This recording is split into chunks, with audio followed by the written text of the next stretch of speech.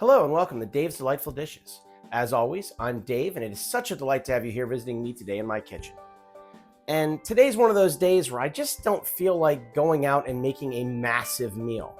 So I'm going to try to take stuff that I have here in the kitchen and make a dinner out of it. So let's have a pantry raid. Let's check it out.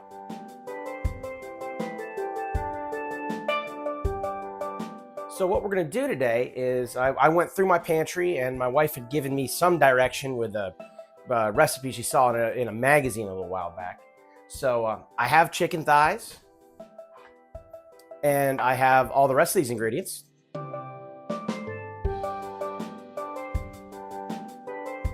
And I'm going to turn them into a quick and easy sheet pan chicken dinner. So the first thing I'm doing is I'm preheating my oven to 425 degrees. But by the time I've done with the marinating of this, I'm gonna be good to go to just throw the thing in the oven and let it cook until we're ready for dinner. And this is gonna be an all-in-one meal. So first off, we got the chicken. And I say, if you wash your hands, you can touch your food, but playing around with raw chicken is just never fun for me. So I do have these rubber gloves just for this reason. And I need a bowl. So my chicken thighs, and these are ones I get boneless, skinless, because I get them in a large bulk and I use them for a lot of things. But if you want bone in, skin on, that works great too. This is baking in an oven. I wouldn't use breasts because I think they dry out too much though. So I would use thighs, maybe drumsticks, nothing more than that. And all the amounts will be in the ingredients list down in the description below. So this is harissa, which for you might not be part of your pantry raid, but I keep this in the house because I use it for a lot of things. It's a kind of a North African spicy tomato paste. So I have a couple tablespoons of that going in. And I have some garlic. Again, like 2 cloves worth. I have the juice of a half a lemon, and then I have salt to taste, which is going to be, about a teaspoon and a half, and a teaspoon of pepper. I'll get my squisher, and we're going to squeeze this juice of the lemon. All right. So now I got to use my hands, and I'm just rubbing all this into the meat. Get it really covered. And then unlike what you normally do with a marinade, we want to leave this out at room temperature for 30 minutes and let the flavors blend together. And I may end up adding a little bit more salt, but I think that about a teaspoon and a half is probably plenty because there's a lot of other flavors in this meal. So I got to let this go. And while this is doing its thing, we're going to play around with the vegetables. All right, for the vegetables, we're going to keep this pretty easy.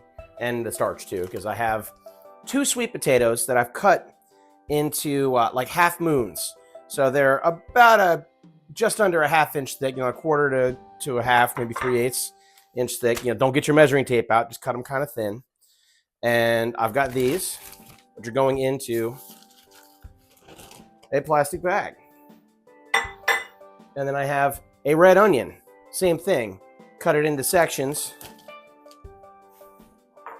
And then because I have them in the fridge, I'm throwing in some Brussels sprouts. Now you can skip these if you don't like Brussels, but I like them, especially baked. So they're in too. And then I have 2 tablespoons of olive oil, and I may need a little bit more depending on how it soaks up. We're trying to get some coverage. And 2 teaspoons of cumin, ground cumin. If you've got cumin seed, you can put like 1 and 1, but I can't find cumin seed at my local market, so I'm just using the regular stuff. And we're gonna mix that around and get some coverage, and I'm gonna shake a little bit on top as a top coating when we put it on the sheet pan later. So again, we're just gonna let this sit and kind of play around with it a little bit. As loud as that might get. Play around with that, let the oil soak in, maybe add a little bit more oil if it looks like it's not covered. I'm also going to drizzle on top just to make sure that we get some good baking. And this all got to sit for a half an hour. All right, it's been a half an hour, So we're going to go ahead, and I have greased this cookie sheet that has foil on it. I mean, you can use the baking sheet by itself, but I like having easier cleanup, so I always foil my stuff unless I'm making cookies. And first thing I'm going to do is I'm going to get this chicken out, and I'm going to spread it out so it'll cook evenly. Perfect. Right down the middle. And sometimes you just got dirty hands, but it's okay because I'm about to play around with this stuff too. And I got all around the edge.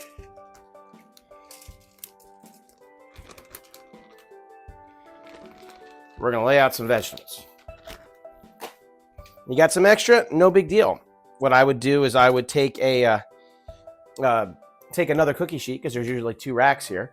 Take another cookie sheet and put the rest of them on that so you have a full load for everybody. But this is just for the 2 of us, so I think there's plenty right here. But I'm going to cook that on the side separately. And maybe put a couple pieces in amongst the chicken. Okay, so now that this is assembled and it looks like that, I got a little bit more to do with seasoning, but I got to wash my hands. So I'll see you in a second. Okay, so this is actually pretty nicely oiled, but I'm going to add a little bit more just to make sure I get good coating on my top dressing of spices. So I have a mister. So I can just give it just to make sure everything's got a little bit of coating. That might be another teaspoon, but you're going to play it by eye. And I've got cumin, because I just want to make sure there's some coverage all the way around. Good. And a little bit of garlic powder for the vegetables, because there's no garlic on the vegetables. That's all on the chicken. And I got to take the rest of that salt, about a half a teaspoon. Maybe up to a teaspoon. You're going to play this again by eye and by taste on how salty you want it to be. But I like to have my root vegetables pretty seasoned, so I'm not going to mind having a little extra salt here. Yeah, it's about 3/4 of a teaspoon. And then just grind some pepper over the whole thing.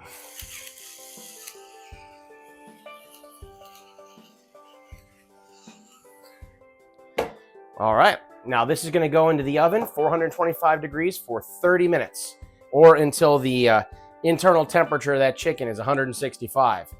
You don't want to undercook your chicken. All right, I'll see you when it comes out of the oven.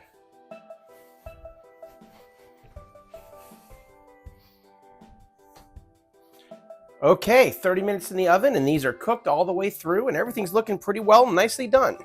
So, you can do individual portions like this if you like, but this, sheet tray, things like this, you can either put the whole sheet tray out, or you can do what I'm about to do and plate it up family style. So I'm going to put the chicken pieces in the middle. A piece of foil come out there. Let me get that little guy out. I guess I am washing this pan tonight anyway. So the 3 chicken pieces are there, and you could cut these in half if you like, depending on how much they need to feed. But 1 thigh per person seems to be pretty good for me. So we got 1 for each of us and a spare for lunch tomorrow. And then all around them, I'm going to go ahead and put a bunch of these roots and vegetables.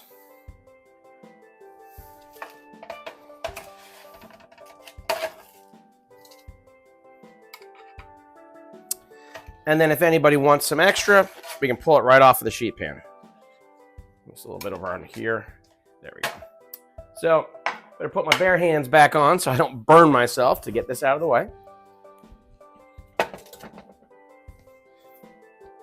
And then finally, I'm going to take some, make it a little prettier. I'm going to take some fresh chopped cilantro and just put that over the top.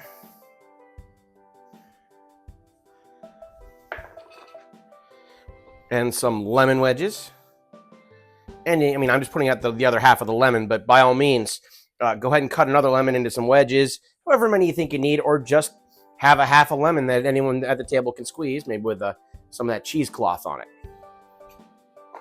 So this is a delightful dish.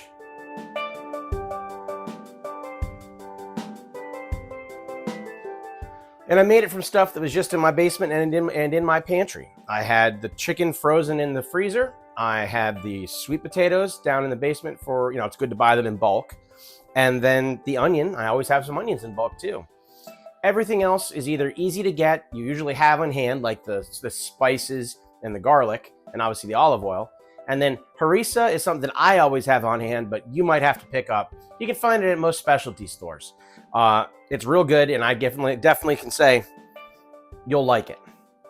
So I'd love it if you haven't already. Hit like and subscribe, and maybe hit that bell so that you can see whenever I put out my next videos. And let me know what you think. Shoot me a message over on my Instagram, which will be in the description below, and where you can see other pictures of things that I might not be putting on yet or ideas that I'm having. And just let me know what you'd like me to do. I'm always happy to try another meal, and since it is my dinner, I'm always happy to enjoy what I get. So until I see you guys again, I'll catch you at the next meal.